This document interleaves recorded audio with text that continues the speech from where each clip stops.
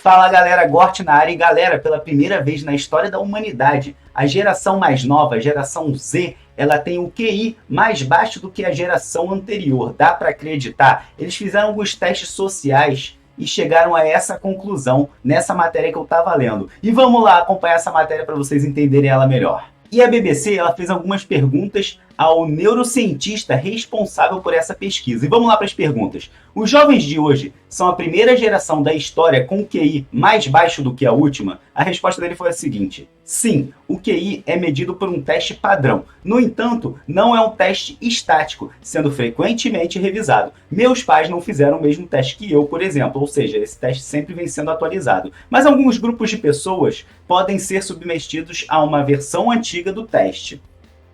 E ao fazer isso, os pesquisadores observaram em muitas partes do mundo que o QI aumentou em relação à geração anterior, ou seja, o QI vem sempre aumentando ao longo do tempo, e isso foi chamado de efeito Flynn. É verdade que o QI é fortemente afetado por fatores como o sistema de saúde, o sistema escolar, a nutrição e etc. Mas, se considerarmos os países onde os fatores socioeconômicos têm sido bastante estáveis por décadas, o efeito Flynn começa a diminuir.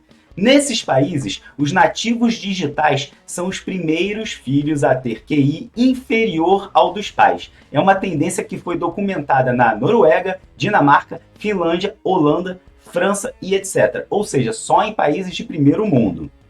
Continuando, e o que está causando essa diminuição do QI? Infelizmente, ainda não é possível determinar o papel específico de cada fator, incluindo, por exemplo, a poluição, especialmente a exposição precoce a pesticidas ou a exposição a telas. O que sabemos com certeza é que, mesmo que o tempo de tela de uma criança não seja o único culpado, isso tem um efeito significativo em seu QI. Vários estudos têm mostrado que quando o uso de televisão ou videogame aumenta, o QI e o desenvolvimento cognitivo diminuem. Os principais alicerces da nossa inteligência são afetados: linguagem, concentração, memória, cultura. Em última análise, esses impactos levam a uma queda significativa do desempenho acadêmico.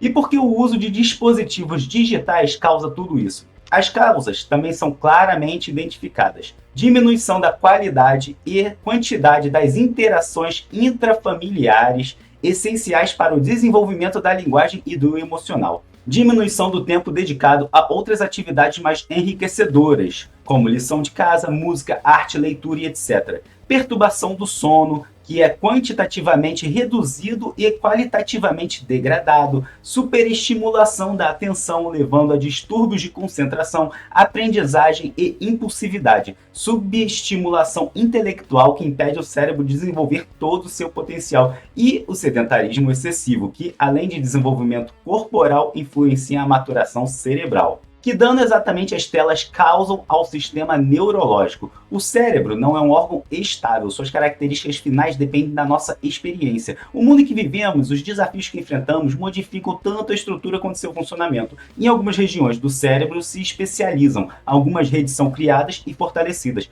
outras se perdem, algumas se tornam mais densas e outras mais finas. Observou-se que o tempo gasto em frente a uma tela para fins recreativos atrasa a maturação anatômica e funcional do cérebro em várias redes cognitivas relacionadas à linguagem e à atenção. Deve-se ressaltar que nem todas as atividades alimentam a construção do cérebro com a mesma eficiência. Eu vou ser sincero com vocês, eu não estou falando aqui que o uso das telas tem que ser interrompido e tem que tirar as crianças desse mundo. Até porque eu também vivo nesse mundo, eu passo o dia todo quase na frente de um computador.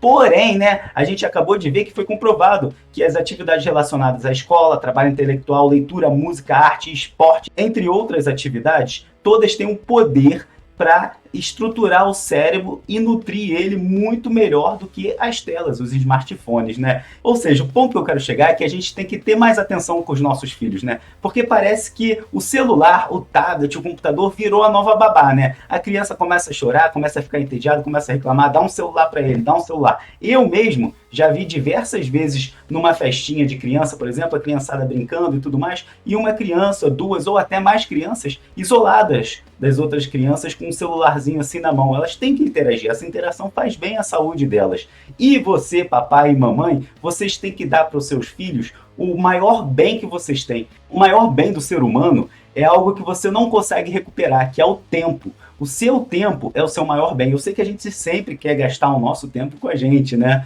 Isso daí de fato acontece, mas a gente tem que gastar o nosso principal bem, que é o nosso tempo, com os nossos filhos, dando atenção, interagindo com eles, vendo o que eles precisam, vendo quais são as necessidades dele. Assim a gente vai transformar eles em seres humanos melhores e não vai ficar aí como está acontecendo atualmente, né? Ao meu ver, atualmente a gente está indo pelo caminho oposto, né? Mas deixa aí embaixo sua opinião, eu espero que você tenha gostado e até a próxima. Valeu!